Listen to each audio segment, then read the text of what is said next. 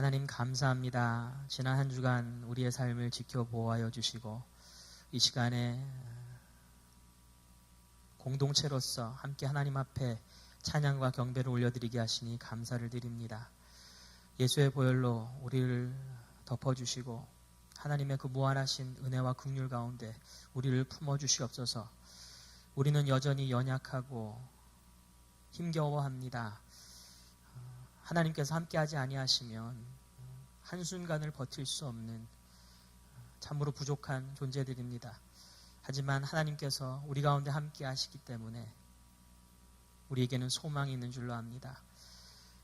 깨진 마음, 깨진 관계, 지친 육신, 지친 마음, 이 시간 선포되는 말씀을 통해 힘을 얻게 하시고 하나님과의 관계가 다시 건강해져서 더 깊어져서 우리의 삶 속에 하나님의 나라가 세워지고 하나님 앞에 열매를 많이 맺어드리는 그런 우리의 삶이 될 수 있도록 은혜를 베풀어 주시옵소서.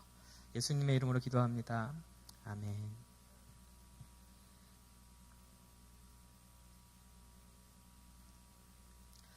작년 이맘때였던 것 같습니다. 제가 이 자리에서 공개적으로 저희 가족의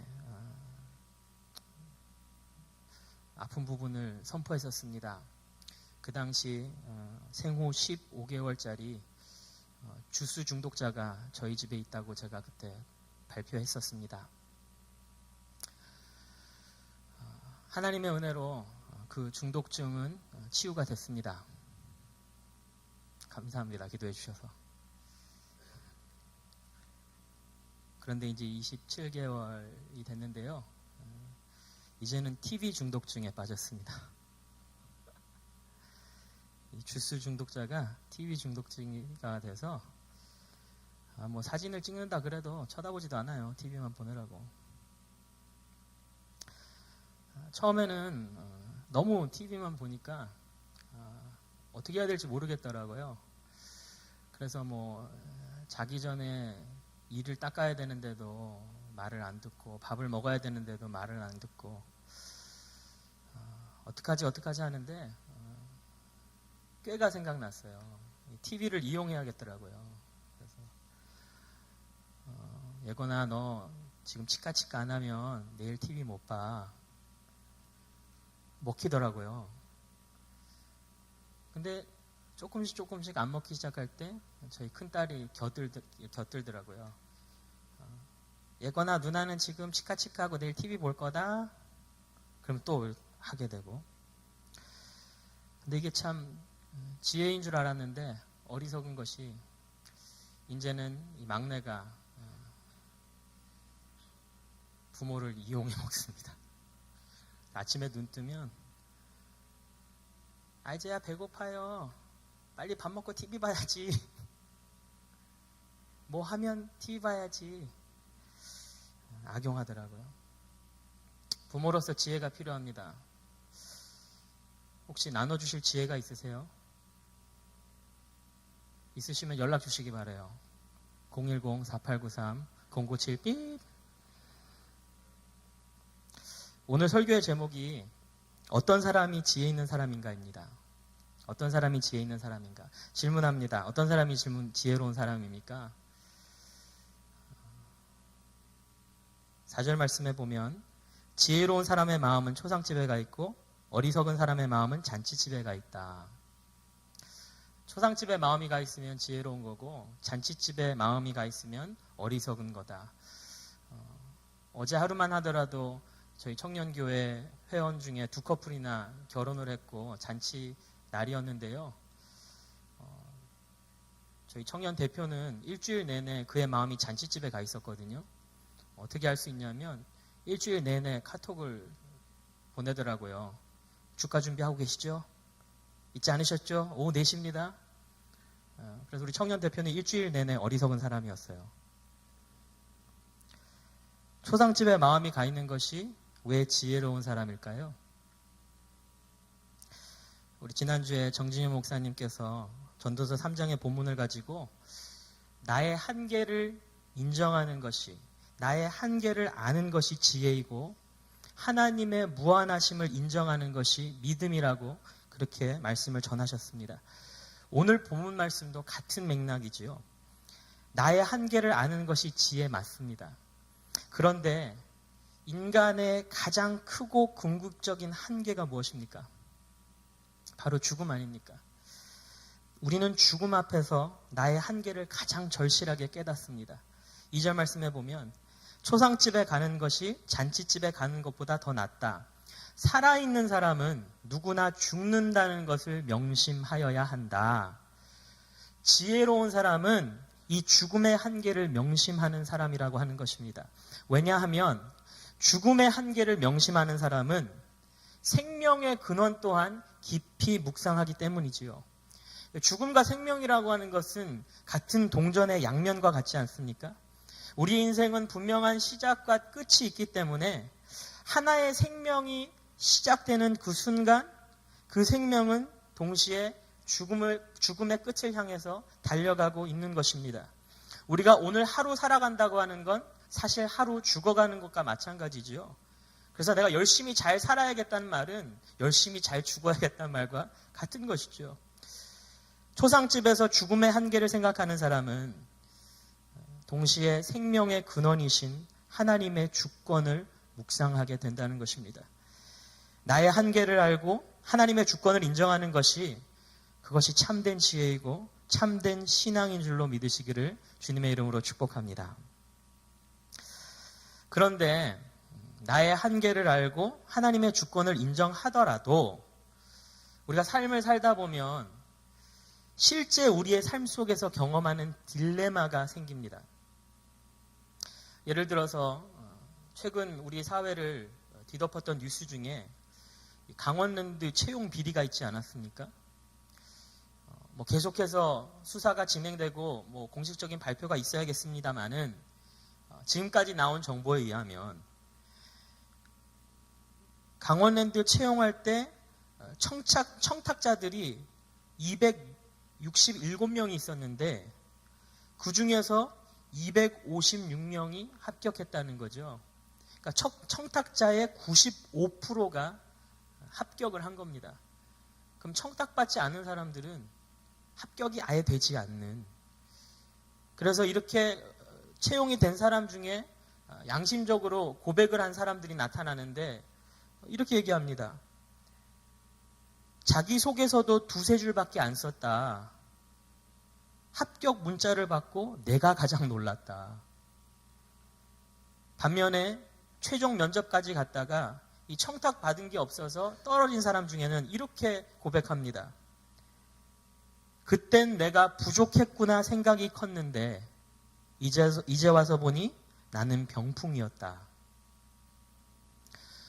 그럼 그렇지 않습니까? 오늘 13절 말씀에 보면 하나님이 하시는 일을 생각해 보아라. 하나님이 구부려 놓으신 것을 누가 펼 수 있겠는가?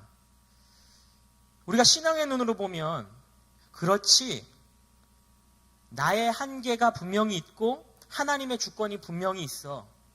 하나님이 이렇게 정해놓으신 걸 누가 감히 필 수가 있겠어? 굉장한 지혜이고 굉장한 신앙의 표현인데요. 이것을 인정하면서도 우리가 살짝만 삐딱하게 쳐다보면, 살짝만 삐딱한 관점으로 우리의 삶을 들여다보면 인생 참 허무하게 다가옵니다. 합격자와 탈락자가 이미 다 정해져 있어요. 내가 아무리 열심히 노력하고 부지런히 달려봐도 나는 어쩌면 병풍에 불과한 존재가 아닐까? 그런 생각이 든다는 것입니다. 그러면서 점점 이신론적인 그런 관점으로, 그런 신앙으로 빠져들게 되죠. 하나님이 세상을 분명히 창조하셨어. 그래서 분명히 존재하셔. 하지만 내 삶과는 직접적으로 아무런 관계가 없으신 무관하신 분처럼 느껴지지 않습니까? 그렇지 않고서야 지금 내 눈앞에서 펼쳐지는 일들을 볼 때 이해가 안 가는 겁니다. 납득이 안 되는 겁니다. 하나님이 정말 살아계시고 정의의 하나님, 공의의 하나님이시라면 어떻게 이런 채용 비리가 일어나는 현장을 그 자리에서 덮치지 않으셨는가? 하나님이 정말 살아계시다면 내가 지난 1년 동안 그렇게 고생해서 수능을 준비한 건 아시는데 어떻게 하루 전날 그 지진 안전지대라고 하는 우리나라에 그 지진을 보내실 수가 있나? 하나님이 정말 살아계시다면 그 지진이 내 탓도 아닌데 왜 대한민국에 적지 않은 사람들이 그것을 내 탓으로 돌리나? 단순히 내가 경북 포항 지역에 사는 입시생이라는 이유만으로. 하나님이 정말 살아계시다면 우리나라에서 가장 큰 교회 중에 하나가 자기들이 세운 교단의 법을 어겨가면서까지 세상 사람들의 기준으로도 손가락질을 받으면서까지 세습을 하는 저 과정을 그냥 지켜보시나. 결국 내 삶에는 관심도 없으시고 간섭도 않으시고 상관도 않으시는 가까이 하기에는 너무나 먼 하나님, 그렇게 결론이 내려지는 거죠. 그러니 얼마나 허무한 인생이 됩니까? 내 삶의 존재, 내 삶의 목적, 내 삶의 수고가 아무런 의미가 없는 것을.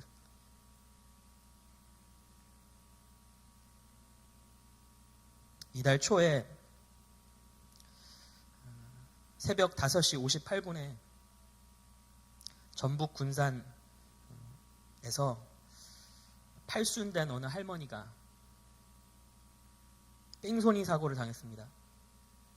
새벽 5시 48분에 보행 보조기를 끼고 아들과 함께 횡단보도를 건너고 있는데 차에 치인 겁니다. 깜깜하니까는 잘 운전자가 못 봤을 수도 있겠죠. 다리를 심하게 다쳐서 그 자리에 그냥 철썩 주저앉았는데 이 운전자는 그냥 도망쳐 버린 겁니다. 뺑소니로. 안개 속으로 사라졌어요. 심하게 다치셨어요. 바로 주저앉으셨어요. 같이 옆에 있던 아들이 55된 아드님이 병원 가자고 어머니. 그랬더니 이 할머니가 끝까지 병원행을 거부하고 그 자리에서 300m를 걸어서 집으로 갔습니다. 다행히 집이 그렇게 멀진 않았어요. 왜 병원행을 거부하고 걸어서 30분 집으로 갔나? 그날 아침 등교해야 되는 14살짜리 중학생 손자가 있었는데 아침밥 먹여줘야 된다고. 그 할머니가 교통사고를 당했는데 병원을 가지 않고 밥 지으러 간 겁니다. 손자 밥 먹여서 학교 보냈습니다. 보내고 나니까 다리가 너무 아픈 겁니다. 그제서야 병원으로 가셨는데 병원에서 나온 진단이 발가락과 발목 골절. 팔순된 할머니가 차에 치여서 발가락과 발목이 부러졌는데도 손주 아침밥 해먹여야 된다고 300m를 걸어간 겁니다. 이 소식을 들은 경찰이 현장 주변 CCTV를 분석해서 사고가 난 지 15시간 후에 이 뺑소니범이 검거됐답니다. 검거가 되고 이렇게 정당한 죗값을 치르게 되겠죠. 그 부분은 참 다행인 것 같지만 여러분 가슴이 짠해지면서도 동시에 허무해지지 않습니까? 80평생을 수고하고 고생하며 사셨을 텐데 그 할머니는 이제는 좀 따뜻한 집에서 편하게 쉬면서 그렇게 지내시지 뭐하러 그 추운 겨울 날씨에 새벽부터 보행 보조기까지 끌고 밖에 나와가지고 그 길을 걷다가 뺑소니를 당합니까? 아니 중학생이나 된 손주 하루아침 좀 굶으면 어떻다고 다리가 부러졌는데도 300m를 걸어서 그 밥 꼭 헤매기십니까? 저는 이 뉴스를 들으면서 중고등학교 시절 저를 키워신 저의 친할머니가 생각났거든요. 저희 할머니는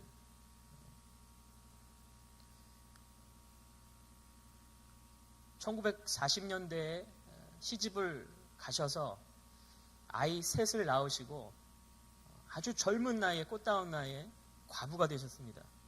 남편을 잃으셨어요. 그래서 같은 처지에 있는 어느 아저씨, 이미 기존 결혼해서 아이가 있는 아저씨를 만나서 재혼을 하셨습니다. 그리고 아이 셋을 더 낳으셨어요. 그 아이 셋 중에 한 분이 저희 아버지시고 그때 만난 그 아저씨가 저희 할아버지세요. 그러니까 당신이 처음 낳은 아이 셋, 새로 결혼한 남편이 데리고 온 아이 2, 그리고 그 사이에서 낳은 아이 3, 총 8명을 6.25 사변을 지나시면서 고생해서 기르셨거든요. 그리고 제가 할머니 밑에서 자랄 당시 할머니는 이미 70이 넘으셨습니다. 70 넘은 노인네가 매일 아침 중학생 손주 도시락을 싸주는 거예요. 할머니가 그 당시 학생들이 무슨 도시락 반찬을 좋아하시는지 아실 리가 없죠. 그래서 낮이 되면 동네 경로당이나 아파트 친구 다른 할머니들, 저 할머니 경상도 분이셔서 할마시들 만나셔가지고 그거 물어보는 거예요. 너거 집 손자는 반찬 못 싸가노? 너거 며느리는 반찬 못 사주노? 그럼 그 당시에 이 꼬마 돈가스? 동그란 돈가스 같은 게 유행했거든요. 그래서 그거 맛있다 하더라, 싸줘라. 그럼 그것만 싸주면 안 된다. 야채도 싸줘야 된다. 양배추 먹는다더라. 양배추 채 썰어가지고 케찹이랑 마요네즈랑 비벼주면 요즘 아들 좋아한다더라. 그런 식으로 싸주셨는데 저 할머니가 뭐 양배추 사라다를 많이 드셔보셨겠습니까? 당신이 생각하는 양배추라고는 그 쪄가지고 간장 양념 이렇게 발라먹는 거밖에 생각. 오늘 학교 가서 도시락을 열어봤는데 꼬마 돈가스가 있고 양배추가 있는데 양배추가 이 찐 양배추에다가 케찹이 묻어 있는 거예요. 그걸 처음 본 저희 친구들, 도시락 같이 까먹는 친구들은 야 이거 뭐야? 그래서 한 입 먹고 그 다음에 야 이거 뭐야? 그런 시절이 있었다고요. 그래도 감사히 먹었습니다. 그런데 제가 끝까지 저희 할머니가 싸주신 도시락 중에 못 먹은 게 있어요. 이건 못 먹겠더라고요. 김밥이었어요. 김밥. 저는 그때까지만 해도 이 세상의 모든 어머님들, 할머님들은 김밥을 잘 싸시는 줄 알았어요. 근데 저희 할머니는 참 신기하게도 김밥을 안 싸보셨대요. 싸줄 일이 없으셨나 봐요. 그래서 저희 할머니가 소풍 갈 때 한번 싸주셨는데 이유는 모르겠는데 도시락 열어봤는데 김이 마치 김죽처럼 그냥 완전히 눅진눅진 정도가 아니라 그냥 아예 물처럼 되어 있는 거예요. 차마 못 먹겠더라고요. 그 당시에는 또 워낙 그 친구들과의 그런 어떤 눈치, 뭐 자존심 같은 게 있잖아요. 그래서 그냥 뚜껑 바로 덮고 그냥 하나도 안 건드리고 집으로 가져갔어요. 당연히 할머니가 물어보시죠. 김밥 왜 안 먹었냐고. 이 철없는 중학생 손자가 그냥 솔직히 얘기한 거예요. 김이 그래서 차마 못 먹었다고. 그때 저희 할머니가 저에게 해주신 답변이 아직도 생생하게 기억나는데 참 제 마음이 너무 아픕니다. 그 70 먹은 노인이 한평생 자식 8명 다 키워놓고 이제 인생 마지막에 중학생 손자 매일매일 도시락 싸주면서 김밥 하나도 안 건드리고 가져온 손자에게 뭐라 그러시냐면 태희야, 할머니가 미안하대. 내일 동네 할머니한테 찾아가가 김밥 어떻게 맛있게 싸는지 알아볼게. 김밥 어떻게 맛있게 싸는지 공부해볼게. 여러분 인생 참 허무하지 않습니까? 지금 손주 김밥 싸주는 거 배우실 군번이십니까? 저희 할머니가. 이제는 자식이 챙겨주는 용돈 받으시면서 며느리가 차려주는 밥상 드셔야 될 나이에 그렇게 수고하시는 거죠. 참 인생 허무할 수 있겠다. 그런데 우리의 인생과 무관하신 하나님이 아니라 우리의 인생을 주관하시는 하나님이십니다. 여러분 그 전북 군산에서 뺑소니 사고를 당한 할머니가 그 이른 새벽에 왜 그 횡단보도를 건너고 계셨는지 아십니까? 새벽 예배를 마치고 집에 돌아오시는 길이었답니다. 새벽 예배를 마치고 돌아오시는 길이었답니다. 아니 그 나이에 그 몸으로 기도하러 가는 게 무슨 의미가 있나? 그 상황에 손주 밥상 차려주는 게 무슨 의미가 있나? 하나님이 정말 살아있다 하더라도 가만히 내버려두는 저 하나님 뭐하러 믿나? 그 도시락 70 넘어서까지 뭐하러 싸주나? 그 김밥 뭐하러 연구하나? 세상 사람들은 이 할머니들의 사연을 접하면서 인생 무상을 논하고 주장할지도 모르겠습니다. 하지만 당사자 할머니들은, 그리고 저와 여러분은 이 세상에서의 수고를 헛되이 생각하지 않습니다. 왜냐하면 이 할머니의 세상에는 주권자이신 하나님이 계시기 때문입니다. 천지를 다스리고 역사를 주관하시는 하나님이 나의 삶 속에 분명히 함께 하시며 내게 힘을 주고 계시기 때문에 내게 주신 사명을 감당하기 위해서 오늘도 몸부림치는 그 몸부림침, 이 땅에서의 모든 수고가 결코 헛되지 않는 줄로 우리는 믿는 것입니다. 14절 말씀에 좋은 때에는 기뻐하고 어려운 때에는 생각하여라. 하나님은 좋은 때도 있게 하시고 나쁜 때도 있게 하신다. 그러기에 사람은 제 앞일을 알지 못한다. 제가 이 말씀을 제 스타일대로 감히 의역해 보겠습니다. 사람은 미래의 일을 조절할 수도 없고 전혀 알지도 못한다. 그렇기 때문에 하나님의 뜻에 따라 좋은 일이 있을 때에는 기쁨으로 감사하고, 당신의 허락하심에 따라 나쁜 일이 있을 때에는 근신하며 맡은 일에 충성하라. 여러분, 세상 사람들은요, 하나님의 주권 자체를 인정하지 않습니다. 그렇기 때문에 자기 자신의 의지로 하나님과 무관한 삶을 살아갑니다. 좋은 일이 있을 때에는 자기 자신을 칭찬하고, 나쁜 일이 있을 때에는 남을 탓합니다. 자신이 컨트롤할 수 있는 미래의 일이 아무것도 없음에도 불구하고 우연의 행복을 추구하면서 허황과 기만과 착각 속에 살아갑니다. 그러다가 실패하지요. 내 뜻대로 안 되니까. 그러다가 좌절하지요. 그러면서 인생의 무상을 경험합니다. 오늘 본문 말씀이 저와 여러분에게 나누고자 하는 것이 바로 이것이지요. 참으로 지혜롭고 의미 있는 인생의 비결은 삶을 바라보는 관점에 달려있다는 것입니다. 지혜와 어리석음의 차이는 인생을 바라보는 그 주인의식의 관점에 달려있다는 것입니다. 어리석은 사람은 자기 자신이 주인입니다. 돈, 집, 차, 자녀, 건강, 시간, 내가 가지고 있는 모든 그것들의 소유권이 오직 나에게 있습니다. 그래서 그런 그리스도인들은 11조를 바칠 때에도 하나님이 내게 맡겨두신 모든 것의 10분의 1을 드린다가 아니라 내가 가지고 있는 모든 것의 10분의 1을 떼어드린다라고 생각합니다. 내가 이룬 모든 성과는 내 노력과 내 능력으로 이룬 것입니다. 그렇기 때문에 내 힘과 내 능력으로 이룬 이 모든 것들을, 내 건강, 내 돈, 내 자녀, 내 가정, 내 집, 내 인생을 내가 계속해서 잘 지키고 누리기 위해서 장래의 일을 궁금해하고 어떻게 해서든지 남들보다 앞서가려고 혈안이 되어 있지 않습니까? 반면에 지혜 있는 사람은 어떻습니까? 모든 소유권을 하나님께 내어드리는 사람입니다. 좋은 일이 있을 때 좋으신 하나님의 축복을 기뻐하며 감사하면 됩니다. 어려운 일이 있을 때 우연히 없으신 하나님의 계획, 하나님의 섭리를 신뢰하고 의지하면 됩니다. 한 치 앞도 모르는 나의 인생을 궁금해는 해도 됩니다. 하지만 불안과 초조함 가운데 어떻게 해서든지 미리 알아내서 앞서가려고 때를 쓰는 것이 아니라 가장 좋은 것을 가장 좋은 때에 주시는 그 하나님의 역사를 기대하고 기다리며 기도하는 것이지요. 오늘 본문에 저자였던 솔로몬이 어떻게 이 놀라운 지혜를 소유할 수 있었을까요? 1000번째 드리고 난 다음에 하나님이 산신령처럼 나타나서 내가 너 뭐 줄까? 그럴 때 지혜라고 답했기 때문이지요. 하지만 그 이전에 자기 아버지에게서 그렇게 교육받고 자랐기 때문이라고 저는 생각합니다. 역대상 22장에 보면 솔로몬의 아버지였던 다윗이 솔로몬과 이스라엘 백성들 모두 모아놓고 하나님의 성전을 건축하라고 유언 같은 당부를 합니다.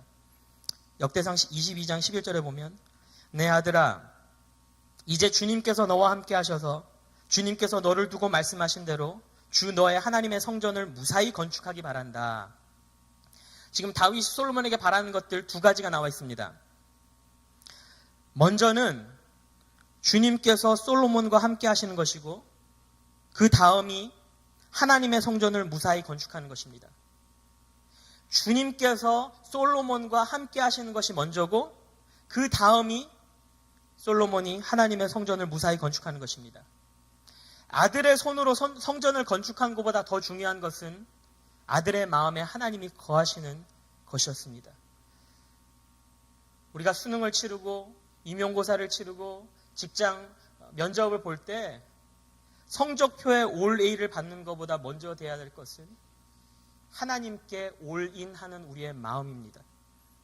스카이 대학에 들어가는 것보다 먼저 돼야 되는 것은 Holy of Holies, 하나님의 임재 안에 들어가는 것입니다. 내 앞에 주어진 시험 문제들을 잘 이해하고 풀어나가는 것보다 더 먼저 돼야 될 것은 내 인생을 소유하게 계신 하나님의 마음을 잘 아는 것입니다. 다윗이 솔로몬에게 당부했던 그 유언이 역대상 22장에 보면 7절과 11절에 이렇게 재밌게 나옵니다. 7절을 보면 아들아 나는 주 나의 하나님의 이름을 위하여 성전을 지으려고 하였다. 그런데 11절에 가면 내 아들아 이제 주님께서 너와 함께 하셔서 주님께서 너를 두고 말씀하신 대로 주 너의 하나님의 성전을 무사히 건축하기 바란다. 이 두 구절에서 다윗은 동일하게 주 하나님을 언급합니다. 그런데 그 주 하나님 사이에 있는 그 대명사가 다릅니다. 7절에서는 주 나의 하나님을 위하여 성전을 지으려고 했다고 나옵니다. 주 나의 하나님. 그런데 11절에 가서는 주 너의 하나님의 성전을 지으라고 당부합니다. 다시 말해서 다윗은 자신의 신앙이 아들의 신앙이 되고 자신의 하나님이 아들의 하나님이 되기를 원했습니다. 그래서 솔로몬은 다음과 같이 가르쳤습니다. 12절에 보면 그리고 부디 주님께서 너에게 지혜와 판단력을 주셔서 내가 주 하나님의 율법을 지키며 이스라엘을 잘 다스릴 수 있도록 해주시기를 바란다. 여러분 이 당시에 다윗의 나이가 60이었습니다. 60이 넘었습니다. 솔로몬이 얼마나 어렸었는지에 대해서는 성경학자들의 의견이 분분합니다. 어찌되었던 간에 60 넘은 노인네가 계속해서 잔소리처럼 이 반복하는 이야기를 어린 솔로몬이 얼마나 진심으로 관심을 가지고 명심하면서 들었는지 잘 모르겠습니다. 하지만 분명한 사실은 알아듣던 못 알아듣던 계속해서 하나님의 말씀을 하나님의 지혜를 가르치고 봤더니 나중에 솔로몬이 하나님 앞에 1000번제를 드리다가 졸면서 문득 생각난 것이 아버지가 평상시에 늘 하시던 말씀 지혜와 판단력 이었을 거라고 저는 생각합니다. 오늘 본문 1절 말씀에 명예가 값비싼 향유보다 더 낫고 죽는 날이 태어나는 날보다 더 중요하다. 무슨 소리입니까? 이 땅에 살면서 우리가 누리는 값비싼 향유보다 이 땅을 떠날 때 쌓아놓은 우리의 명예가 더 중요하다는 겁니다. 우리가 태어나서 무엇을 소유하느냐보다 우리가 죽어서 무엇을 남기느냐가 더 중요하다는 것입니다. 우리가 우리 자녀에게, 우리 형제 자매에게, 우리가 속한 공동체에게 물려줄 수 있고 남겨줄 수 있는 지혜 중에서 가장 귀하고 중요한 것이 무엇이겠습니까? 그것은 바로 하나님에 대한 믿음입니다. 내가 믿고 내가 경험한 나의 하나님을 그들도 경험할 수 있도록 내 목장이 경험하고 내 가정이 경험하고 내 학교가 경험하고 내 친구들이 경험할 수 있도록 내 신앙의 지혜를 최대한 많이 남겨주는 것입니다. 나의 하나님이 내 아들, 딸의 하나님이 되고 나의 그리스도가 내 공동체의 그리스도가 되는 것. 이것이야말로 먼저 믿고 먼저 구원받은 그리스도인이 이 땅을 살면서 남길 수 있는 최고의 명예이고 최고의 지혜인 줄로 믿으시기를 주님의 이름으로 축복합니다. 말씀을 맺겠습니다. 아까 설교 시작 때 말씀드렸던 저희 막내 아들 TV 중독자, TV를 보여달라고 막 떼를 씁니다. 그러면은 어쩔 때는 저희가 절대로 안 된다고 무시해요. 그러면 얘는 자기의 한계를 몰라요. 그래서 리모컨을 갖고 와요. 그리고 혼자서 막 눌러봐요. 됩니까? 안 되죠? 그럼 막 분이 나요. 막 그러다가 막 소파에 막 던지고 그래요. 자기 힘으로 해보다가 안 되니까. 그 모습을 보면서 저희 큰딸이 지금 저희 막내 아이 나이였을 때, 한 27개월, 28개월 됐을 때의 모습이 기억이 났어요. 한번 보여주세요. 제 딸 맞습니다.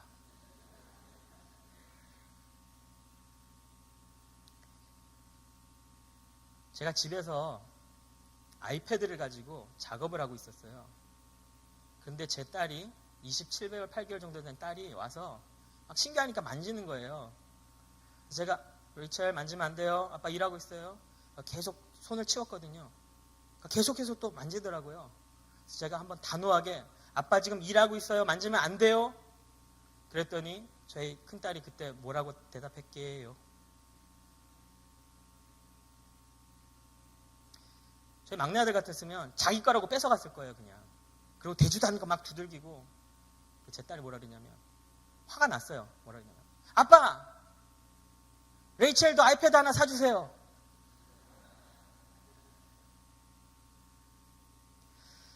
제가 그때 두 가지를 경험했었거든요. 첫째는 내가 비록 주의 종이지만 돈 많이 벌어야겠다. 둘째는 비록 우리 딸이 2살밖에 안 된 아이지만, 미국 나이로 2살, 아빠를 바라보는 관점과 엄마를 바라보는 관점이 다르구나. 저의 딸에게 있어서 엄마는 할아버지, 할머니 같은 사람이었어요. 조르고 떼쓰고 소리 지르면 다 해주는 사람. 그런데 아빠는 달랐거든요. 한번 안 된다 그러면 안 되는 사람이었어요. 만약 엄마가 아이패드를 가지고 작업을 하고 있었다면 아마 저희 큰딸은 끝까지 땡깡을 부렸을 거고 끝내 원하던 것을 얻었을 겁니다. 그런데 문제는 아빠였기 때문에 이 사람은 아무 소용없는 사람이다. 괜히 힘 빼지 말고 그냥 새로 하나 사달라고 하자. 자기의 한계를 알고 아빠의 주권을 인정해서 지혜롭게 전략을 바꾼 것이라고 저는 우기고 싶습니다. 사랑하는 사교회 성도 여러분, 하나님 앞에서 우리의 모습, 우리의 인생을 살아가는 우리의 관점이 사실 이렇지 않습니까? 저희 막내 아들처럼 그냥 TV 틀어달라고, 안 틀어주면 그냥 리모컨 내가 뺏어서 어떻게든지 해보려고, 그러다가 내 한계가 오면 에이씨 인생 허무하네, TV도 못 보고. 반면에 창조물의 한계를 알고 창조주의 주권을 인정해서 저분은 하나 사주실 수 있는 분이다. 그런데 사주시지 않을 때에는 그만한 이유가 있을 것이다. 그것을 인정하는 것이 지혜라고 오늘 성경 말씀은 우리에게 이야기합니다. 그리고 그 지혜를, 그 신앙을 우리의 가정과 우리의 직장과 우리의 공동체에 물려주고 남겨주는 것이 최고의 복이라고 전도서는 우리에게 가르쳐주고 있습니다. 우리의 삶을 한번 들여다봤으면 좋겠습니다. 우리 인생의 주권을 정말 하나님께 내어드리고 있는지, 그리고 그 내어드리는 모습을 얼마나 시열하고 있는지, 정말 지혜가 있는 우리 사교의 공동체가 되시기를 주님의 이름으로 축복합니다.